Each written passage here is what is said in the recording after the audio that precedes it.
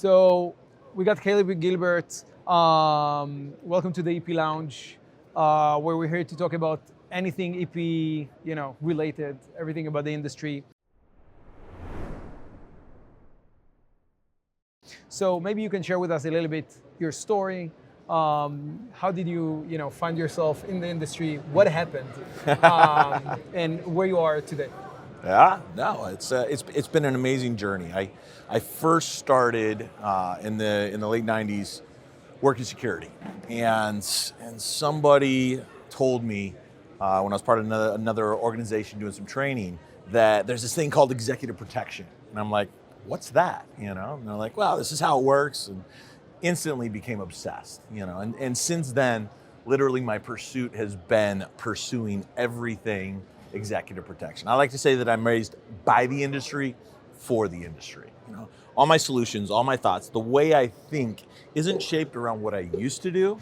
It's 100% shaped around finding better ways to do what we do best.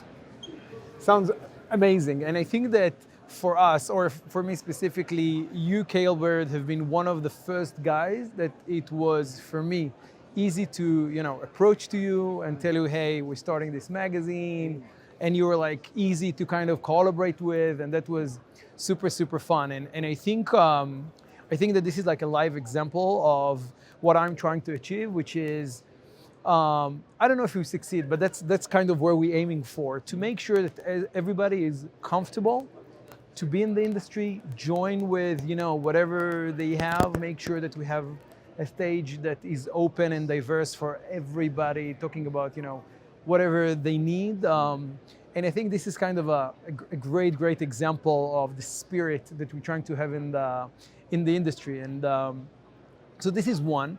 And maybe you can share what do you do today, where you're at in the industry. Definitely. What do you do today? I am president of White Glove Protection Group. We do embedded only. So think of the embedded team working full time to focus on a single client, if you will. Having grown up in the industry, I'm passionate about people. And so when I started White Glove, I wanted to create a platform that could be a vector for change, because I think a lot of the trajectory in the industry is focused on big box solutions that people outside of the industry are benefiting from. But there's definitely some questions whether or not people inside the industry are benefiting from it. So my vision is to take and continue a culture of excellence, right? Take teams, develop them to the point to where the agents who are our partners are able to mitigate the risks facing the clients. Because let's face it, the agents on the ground are the face of the organization. 100%. That is the person that is going to dictate success and failure. Shareholders love them to death. They've paid my salaries for many years, but at the end of the day, they're not on the ground, working 18-hour days, traveling nonstop, and everything like that. And so my vision is to create the organization that I would have wanted to work for when I was working my way through LA, working my way up the ranks, and starting the different teams. And that's what we're doing with White Glove. Nice, very, very nice. So maybe do you have there some kind of, advice for somebody who's, starting in the business, what to be focused on, what to think about, what is, like the mid-term kind of strategy, next 2-3 years, how it's gonna look like? How do you see it? Where do you think it goes? I think that anyone entering the industry would be well advised to learn something new from somebody every single day. That's been my pursuit, since I first started working in EP. And it's amazing what nuggets of information people will share with you. Just asking them, literally going up to somebody at a conference like this and say, hey, if there was one piece of information that you wish you would have known when you first started, what would it be? And that's been fascinating for me to see over the years, the different tidbits of information, everything from, if I would have known what this industry was like, I'd work in a different industry, to literally, how to interact with principals, how to try to balance the soft skills, the hard skills, how to balance that progression, training. What training do you focus on? You look at all of the fun training in executive protection is focused on guards, guns, and gates, right? That's the flashy, that's the thing that, is testosterone filled and excites so many people. Alpha male industry. 100%. But at the end of the day, what gets us the job? It's our ability to accommodate the needs of the principal. And that's going to change from detail to detail, and being able to mold yourself and apply your skills and be able to actually deliver value to the principal. You don't learn that in a shooting course. I love shooting, don't get me wrong. It's been a large part of my career is refining that skill. But I consider that a skill that's in my tool belt all the time that I don't need to use all the time. And a lot of people, that's their focus, all right, let's pick up a book and learn a little bit about etiquette. Let's learn a little bit about finance so that when we're in a car ride in the middle of a detail, they ask a question, we can at least speak their language. Got it. So I want to talk with you a little bit. I mean, me and you were sharing a seat on the board of the ASIS EP community, EP committee, and we always think, what can we do? What kind of value we can provide to the community? What is the role of ASIS? Within the community, there is so many organizations that are doing all sorts of stuff from different angles. How do you see it? What is our role? How we can, what we can offer to practitioners out there or new practitioners, people who's like in the industry for a while, help them feel better as part of this community. Yeah, definitely. I mean, I see the ASIS executive protection community as a place where people can share, grow, collaborate, and develop, right? You look at the EP industry and you can either consider everybody else a competitor or a colleague. And I think that one of the strengths of the ASIS EP community is we're looking at colleagues. We're looking at coming alongside the people we're working with. Sure, we might compete for a job. We might compete for a contract. But at the end of the day, figuring out a way to do that with class, with excellence, and being able to drive the conversation in a way that's productive, that's what we're trying to do with the ASIS executive protection community. I think that part of my maturity within the industry, when I started, 2006, and I was a young EP agent, I thought that everybody are my competitors. Yeah. Who's like a better agent, who can shoot better than me, who's like better than, I know the tactics, blah, blah, blah. And I think that part of my maturity within the industry is that it took me a long time, but slowly I understand that the competitors around me or the other agents, all of them are part of what I do.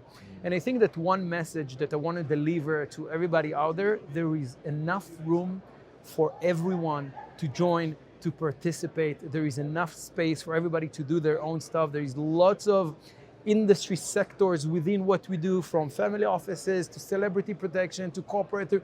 There's endless stuff that we can do. And I want to make sure that we deliver this message outside. Everybody is welcome to join. There is a competition to some extent, but very fast it's become, more of a colleague type of, we work with each other. Most of the work that I do today is for other competitors that, we help them supporting our region. I'm, in Israel, that's, easy to help them there. They help me in other places.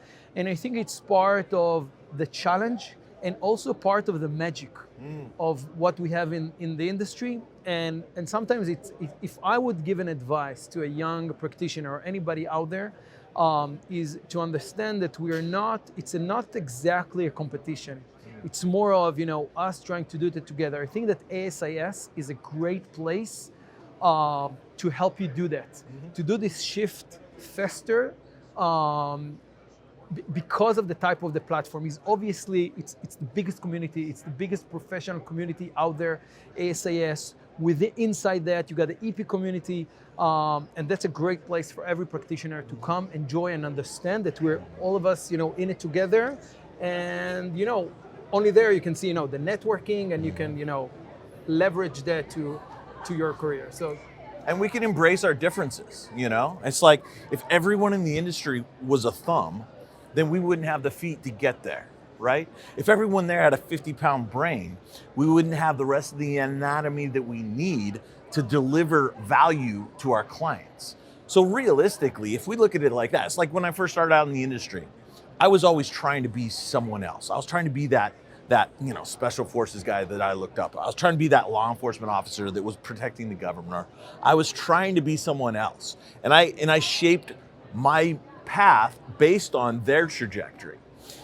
Got to a point to where I looked myself in the mirror and I said, just be yourself. I bring value that is different than other people bring. I have passions that are different than other people. And their background, what makes them makes them uniquely independent in their success. Same thing for me, same thing with my progression. And the sooner we embrace that, embrace our differences so that we can collectively move that ball forward towards the goal, I think that's where we're going to see true breakthroughs in the industry. That's where we're going to see actual traction in identifying what is it that the clients actually want us to work towards, as far as standards, as far as guidelines, as far as what are the clearly defined expectations and how can we best meet those. That's a great advice. So let's try to, with a kind of final thoughts, what would be your, like a one-line advice for somebody like a practitioner in the industry working for a while and looking for the next steps to develop? He's already working, did some assignments, did some tasks, want to move forward, open a company or something like that. What do you have some kind of advice for, people like that? Do what you love and you'll never work another day in your life. At the end of the day, figure out what your specialty is. Yours is different than mine, but they coexist in unity, right? And together, if you find your specialty, I find my specialty. If the practitioners out there find their specialty, then they can contribute to the overall success of the organization, of the detail, of the needs of the client. And that's where people will get jobs. That's where people will be able to move forward, become the practitioners they want to be, and contribute to the industry. Sounds good. Caleb, thank you very, very much. Thank you for having this conversation. That was a very good one.